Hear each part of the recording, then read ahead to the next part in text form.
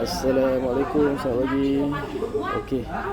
Pagi ni nak restore tebu restore luaran tebu. Customer daripada Sungai Besar. Ni regular customer jugalah. So dia beli tebu JB Dead VQ37. Ni tengah proses untuk restore luaran. Semoga dipermudahkan. Mana-mana yang nak cari tebu JB Dead, JBJL, EF Dead, L7, L9, AV, ready stock stok banyak lagi. Mana-mana yang beli dengan Along akan restore luaran. Bagi handsel macam ni lah. Roger. Untuk JB wajib beli Hosty braided.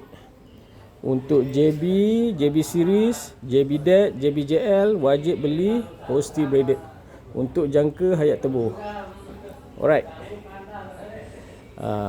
Macam biasalah. Apa-apa terima tu. Ni ada sebiji lagi ni. Ni tebu.